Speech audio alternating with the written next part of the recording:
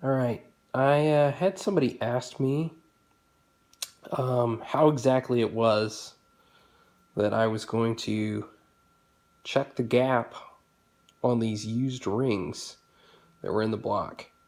Now, I went ahead and made a lot of notes. It's very important to go ahead and take notes based upon the factory service manual on what kind of tolerances you're looking for, specifically on the ring gap and such, because really the gap on the end is going to kind of tell you how worn out these are based upon the stock specifications. But what you're going to do is you're going to take your ring, I don't believe this one specifically has a top because I don't see a marking on it, but you're going to go ahead and just very carefully put your ring right in there. You'll see it's very, very close. Don't push it in too far. Not yet. What you're going to do is, as you can see on this piston, which I just went ahead and left the oil ring in there for right now, but you'll notice that there's an area where the piston went up to, but didn't go past. You're going to want to go ahead and push that ring slightly past that. So a piston is a great, nice, flat surface to go ahead and press it uniformly down so that it's inside the chamber. So you'll notice that. And you see the teeny, let me go ahead and move my finger out of the way. See the teeny tiny gap that's right there? What you're going to do is you are going to take one of these old style feeler gauges, which these are super cheap. This one, I had it laying in my toolbox. It got a little bit of crud on it.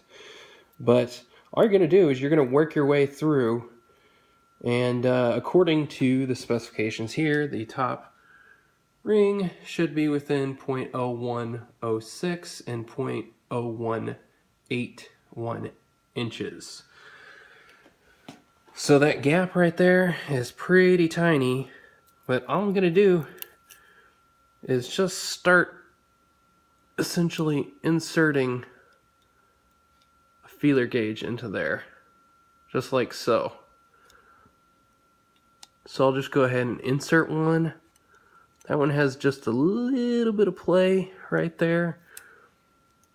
Then I'll go ahead and go through again 0.012. I'll insert that into there. You know, keep in mind, these are very small numbers. So then I'll go and try to insert that. That one will insert. And I'll just keep working my way up, essentially. So let's try 0.014, which would be kind of about in the middle.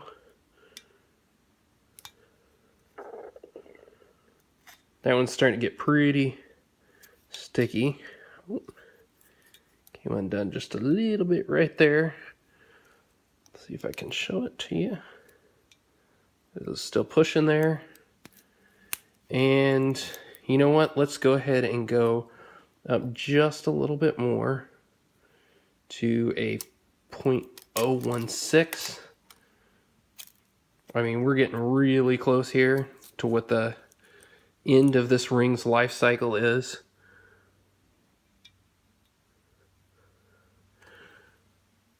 Ooh, man, I could just, you know, the 0.016 just barely fits. So, oh man, if I can even get that out of there. Okay, there we go. So essentially, what we have here is with that ring in there, the 0.016 inches is within spec. It actually looks like I'll probably have to reorient and re-put the rings on the pistons after I clean the pistons up. But these rings still appear to be in good enough condition that they can be reused. Just be very careful whenever you go to pull them out. You don't want to damage anything. Probably pulled that out a little goofy. But yeah, the rings, despite whatever age the motor was, I'm just going to go through essentially and check each one the exact same way. And hopefully all of them will be within spec like what this one is. If they're all within spec, then I'll just go ahead and I can rerun the same rings. The only thing I would want to do is, you can see some cross hatching in here. That looks pretty good. But overall, I just would run a light hone through there after the block and all that gets cleaned up. Though I'm having some discussions with a friend about maybe I want to take some measurements on this other junk block that's over here. I say junk block just because it was an extra block that came with this one.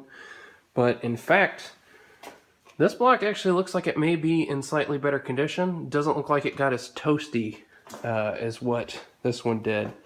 But, you know, for $100 or whatever it costs, I can just get this one taken and hot tanked to make sure that it doesn't have anything floating around in it whenever I go ahead and get it put together. So it's really not much of a cost, and especially if I check all my gaps on my rings, they all turn out okay, then it's actually worth it in the money that I save and not having to buy rings to just go ahead and get this block cleaned up really, really well so it's able to go ahead and to take all the new components.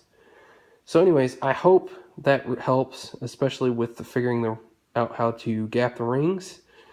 That's the best way that I know of to do it, based upon the stuff that I've read and the stuff that I've seen.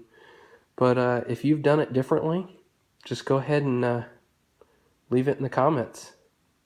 Let's go ahead and talk about it. And if this isn't the right way to do it, then I sure would like to know the right way. But everything that I've seen essentially says that this is pretty much how people on a budget do it. Is they just go ahead and, once again, they'll stick their ring in there.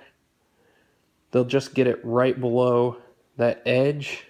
They'll use some sort of a tool. I like the piston because, for one thing, I'm not going past the actual oil ring, but I am going far enough into where the rings would set, and then I can stick my feeler gauges in there.